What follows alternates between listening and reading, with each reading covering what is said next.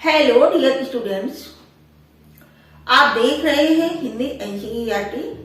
मेरे हाथ में ये मार्कर है। मेरे सामने एक स्टैंड है जिस पर मोबाइल लगा हुआ है। मैं जहाँ खड़ी हूँ वो एक छोटा सा रूम है, इट मीन्स कमरा है, और मेरे पीछे बोर्ड है। आप सोच रहे होंगे कि मैं ये सब क्यों बता रही हूँ। वो इसलिए क्योंकि जो हमारा टॉपिक है वो इसी से संबंधित है। आपने फर्स्ट या सेकंड में पढ़ा होगा नेमिंग बर्ड, इट मीन्स नाम वाले शब्द। कहने का मतलब है जिन व्यक्तियों का, वस्तुओं का, स्थानों का नाम होता है वे सभी शब्द क्या कहलाते हैं? जल्दी से गैस कीजिए। अब तक तो आई थिंक आपने बोर्ड पर देख भी लिया होगा। तो डियर, आज का हमारा टॉपिक है संज्ञा। किसी व्यक्ति, वस्तु, स्थान या भाव के नाम को संज्ञा कहते हैं। Noun is the name of a person, place और थिंग। ये परिभाषा तो आई थिंक आप सभी को याद होगी, लेकिन क्या सही मायने में आपको इसका अर्थ पता है? जब भी हम स्कूल में पढ़ते हैं तो हमें डेफिनेशन पढ़ाई जाती है, हमें उसके प्रकार भी बताए जाते हैं, लेकिन आजकल डियर परिभाषा नहीं आती है एग्जाम में। उसके प्रकारों से संबंधित बहुविकल्पीय प्रश्न बनते हैं। या तो कोई सेंटेंस दे दिया जाता है, उसमें से किसी एक शब्द के नीचे अंडरलाइन करके पूछा जाता है कि ये कौन सा प्रकार है संज्ञा का। ठीक, समय के साथ साथ थोड़ा सा पैटर्न भी बदल गया है, वो जरूरी भी है। तो आज के इस वीडियो में हम पढ़ेंगे संज्ञा। संज्ञा का यदि हम शाब्दिक अर्थ देखें तो सम का मतलब होता है संपूर्ण और ज्ञा का मतलब होता है ज्ञान, यानी कि संपूर्ण ज्ञान। हम जो भी नॉलेज प्राप्त करते हैं, जो भी ज्ञान अर्जित करते हैं, वो सब कुछ संज्ञा के अंतर्गत आता है। इस ब्रह्मांड में जितनी भी चीजें हैं, जितने भी व्यक्ति हैं, जितने भी स्थान हैं, चाहे वो आकाश है, धरती है, ठीक, वस्तुएं हैं, पर्वत है, पहाड़ है, सब कुछ संज्ञा है।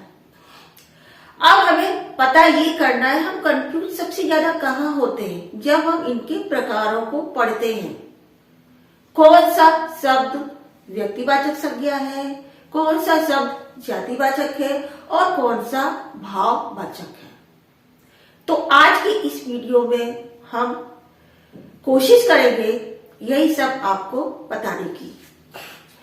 इसकी यदि हम डेफिनेशन की बात करें तो किसी व्यक्ति, वस्तु, स्थान या भाव के नाम को संज्ञा कहते हैं। जैसे राम, मेज, आगरा आदि। अक्सर हमें 3 उदाहरण दे दिए जाते हैं और हम डेफिनेशन को याद ही कर लेते हैं, नो प्रॉब्लम। लेकिन जब हमसे प्रश्न पूछा जाता है या परीक्षा में प्रश्न बनते हैं तो हम अक्सर गलत कर देते हैं। कहीं कहीं यहाँ पर व्यक्ति के स्थान पर प्राणी लिखा होता है, वो इसलिए क्योंकि संज्ञा के अंतर्गत सजीव और निर्जीव सभी लोग आते हैं, लेकिन व्यक्ति अगर हम लिखते हैं तो व्यक्ति का मतलब होता है ओनली व्यक्ति, लेकिन इसके अंतर्गत पशु पक्षी भी आते हैं। इसलिए कहीं कहीं आपको प्राणी शब्द लिखा हुआ मिलता होगा। दोनों ही ठीक है अपनी जगह पर। तो उदाहरण के तौर पर हमने राम व्यक्ति का नाम हो गया, मेज वस्तु हो गई, आगरा स्थान हो गया, और भाव के लिए हम कुछ भी ले सकते हैं जिससे हमें भाव का बोध होता है। जैसे हमने बुढ़ापा ले लिया, बचपन ले लिया, मिठास ले लिया, ठीक। ओके, मैं एक छोटा सा उदाहरण देती हूँ आपको। मान लीजिए आपके किसी मित्र का बर्थडे है, आपको वहां जाना है। आपके पास उसका एड्रेस भी है, लेकिन आपने उसका घर नहीं देखा है, आप पहली बार वहां जा रहे हैं। जो एड्रेस है उसमें आपके मित्र का नाम दिया है, स्थान का नाम भी दिया है। तो ये मित्र का नाम और स्थान का नाम दोनों क्या है? संज्ञा है। जब तक आपको मित्र का नाम नहीं पता होगा, आपको स्थान का नाम नहीं पता होगा, तब तक आप वहां नहीं जा सकते। ओके, अब आप पार्टी में जा रहे हैं तो जाहिर सी बात है आप छोटा सा गिफ्ट भी ले जाएंगे।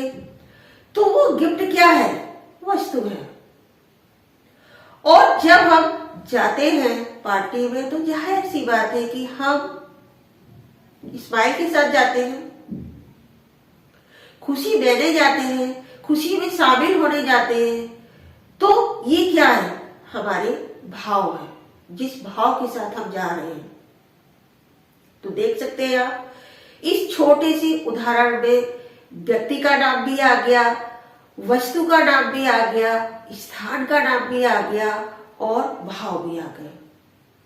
कहने का मतलब है हर वो व्यक्ति जिसका नाम है, हर वो स्थान जिसका नाम है, हर वो वस्तु जिसका नाम है और हमारे चेहरे के भाव, ये सब क्या है? संज्ञा है। एक छोटा सा उदाहरण और देती हूं। मान लीजिए आपको शॉपिंग के लिए जाना है और आपको वहां पर जो भी चीज खरीदनी है, अब आप बोल रहे हैं दुकानदार से कि हमको वो चाहिए। वो बोल रहा है क्या चाहिए? आप बोल रहे हैं हमको वो चाहिए। आप इशारा कर रहे हैं हमको वो चाहिए, हमको वो निकाल के दीजिए। दुकानदार को गुस्सा आएगा कि भाई आपको जो चाहिए आप उसका नाम बताइए। तो डियर, हर वस्तु का कोई ना कोई नाम अवश्य होता है। जब किसी वस्तु का नाम नहीं होगा तो हम उसकी पहचान कैसे करेंगे? कहने का मतलब है कि नाम ही हमारी पहचान है। अब हम बात करेंगे संज्ञा के भेद की। तो वैसे तो संज्ञा के 5 भेद होते हैं, आप सभी को पता होगा, लेकिन मुख्य रूप से यदि हम बात करें तो संज्ञा के 3 भेद होते हैं। व्यक्तिवाचक संज्ञा, जातिवाचक संज्ञा और भाववाचक संज्ञा। ठीक, सबसे पहले हम पढ़ेंगे व्यक्तिवाचक संज्ञा। ठीक, ऐसे शब्द जो किसी विशेष व्यक्ति, वस्तु या स्थान के नाम का बोध कराते हैं। ठीक, ऐसे शब्द व्यक्तिवाचक संज्ञा कहलाते हैं। जैसे गंगा हो गया, एवरेस्ट हो गया, जैसे कि कोई पर्टिकुलर कोई विशेष व्यक्ति है उसका नाम हो गया। ठीक, तो यहाँ हमने जो उदाहरण लिखा है गंगा पवित्र नदी है। अब गंगा क्योंकि एक स्पेशल नदी है इसलिए ये व्यक्तिवाचक संज्ञा कहलाएगी। दूसरा उदाहरण है एवरेस्ट विश्व का सबसे ऊंचा शिखर है। यह हमने देखिए अंडरलाइन किया है। सिर्फ इसी तरह से परीक्षा में प्रश्न बनता है। आपसे सिर्फ ये इस शब्द को पूछा गया है कि ये कौन सी संज्ञा है, तो ये भी व्यक्तिवाचक संज्ञा के अंतर्गत आएगी। महात्मा गांधी को राष्ट्रपिता कहा जाता है। अब यहाँ महात्मा गांधी भी व्यक्तिवाचक संज्ञा है। हमारा पवित्र ग्रंथ भगवत गीता हमारा पवित्र ग्रंथ है। तो भगवत गीता एक वस्तु है क्योंकि ये एक स्पेशल बुक है, इसलिए ये व्यक्तिवाचक संज्ञा कहलाएगी। Is that clear? अब हम बात करेंगे दूसरे नंबर पर जातिवाचक संज्ञा, यानी कि ऐसे शब्द जो एक समान या एक जैसे प्राणियों, वस्तुओं या स्थानों का बोध कराते हैं। ऐसे शब्द जातिवाचक संज्ञा कहलाते हैं। ठीक, जैसे कालिदास श्रेष्ठ कवि है। अब हमने यहाँ कवि के नीचे अंडरलाइन किया है। ठीक, तो ये कवि जातिवाचक संज्ञा कहलाएगी। जयपुर सुंदर नगर है, तो नगर भी जातिवाचक संज्ञा कहलाएगा। लेकिन जब हम इस नगर को कुछ स्पेशल नाम दे देते हैं, जैसे कि हमने यह जयपुर बोला है, अगर हम व्यक्तिवाचक संज्ञा और जातिवाचक संज्ञा की तुलना करें, दोनों में हम कंपैरिजन करें, तो जयपुर क्या कहलाएगा? यहाँ पर व्यक्तिवाचक संज्ञा कहलाएगा। ठीक, कालिदास को यदि हम पूछे तो कालिदास क्या होगा? व्यक्तिवाचक संज्ञा होगा। अब आई थिंक दोनों में आपको कोई कंफ्यूजन नहीं रहना चाहिए, कोई डाउट नहीं रहना चाहिए। ठीक, अब यहाँ पर जातिवाचक संज्ञा के अंतर्गत दो तरह की संज्ञाएं आती है, एक द्रव्यवाचक संज्ञा और दूसरी समूहवाचक संज्ञा। ये दोनों ही संज्ञाएं जातिवाचक संज्ञा के अंतर्गत आती हैं। तो सबसे पहले हम देखेंगे द्रव्यवाचक संज्ञा या पदार्थवाचक संज्ञा। ऐसे शब्द जो किसी पदार्थ या द्रव्य का बोध कराते हैं। द्रव्य का मतलब होता है जो चीजें लिक्विड में आती हैं, ठीक है, और पदार्थ तो आपको पता ही है। तो ऐसे शब्द जो किसी पदार्थ या द्रव्य का बोध कराते हैं वे शब्द द्रव्यवाचक संज्ञा कहलाते हैं। जैसे लोहा, सोना, चांदी, दूध, पेट्रोल आदि। ठीक, तो लोहा, सोना, चांदी ये तो सभी पदार्थ हैं। ठीक, दूध और पेट्रोल आपका द्रव्य में हो जाएगा। इसके अलावा जो ऐसी वस्तुएं होती है जो मीटर से नापी जाती है वे भी द्रव्यवाचक संज्ञा के अंतर्गत ही आती हैं। ठीक, अब जातिवाचक में दूसरे नंबर पर आता है समुदाय या समूहवाचक संज्ञा। ऐसे शब्द जो किसी समूह या समुदाय का बोध कराते हैं। ठीक, ऐसे शब्द समूहवाचक संज्ञा कहलाते हैं। जैसे सेना, भीड़, कक्षा, परिवार, झुंड, ये संज्ञा हमेशा प्लूरल में होती है। ठीक, देख सकते हैं आप समुदाय या समूहवाचक। समूह किसको कहते हैं? हम ग्रुप को बोलते हैं।